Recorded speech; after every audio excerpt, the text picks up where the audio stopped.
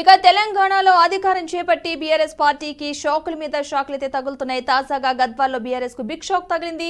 BRS పార్టీకి చెందిన Gadwal municipal chairman BS Keshav తో పాటు 15 మంది కౌన్సిలర్లు కాంగ్రెస్ లో చేరారు. మంగళవారం సాయంత్రం కొల్లాపూర్లో మంత్రి జూపల్లి కృష్ణారావు సమక్షంలో కాంగ్రెస్ లో చేరారు. కౌన్సిలర్లు మాణిక్యమ్మ, గీతమ్మ, జయమ్మ, శ్రీమన్నారాయణ, గిరిజాబాయ్, బంగి ప్రియాంక, అనిత, నరహరి గౌడ్, మహేశ్వరి, నాగరాజు, సీను, మహేష్, లక్ష్మి, అరుణ, కృష్ణ, రజకరాము, శ్వేత కాంగ్రెస్ పార్టీలో చేరిన వారిలో ఉన్నారు. వారికి మంత్రి పార్టీ కండువా కప్పి పార్టీలోకి ఆహ్వానించారు.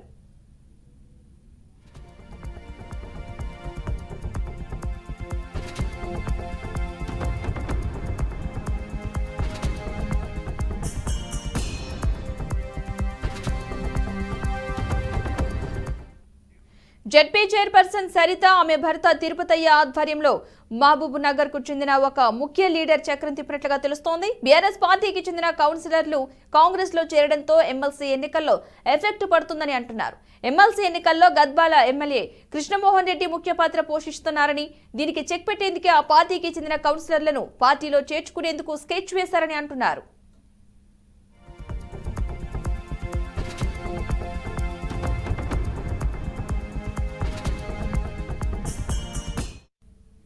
రాష్ట్రంలో బీఆర్ఎస్ పార్టీ పరిస్థితి మునిగిపోతున్న నావలా తయారైందని, అందులో ప్రయాణించడం ప్రమాదకరంగా భావించిన ప్రజాప్రతినిధులు, పార్టీ నాయకులు పార్టీకి గుడ్ బై చెబుతున్నారని మంత్రి జూపల్లి కృష్ణారావు పేర్కొన్నారు.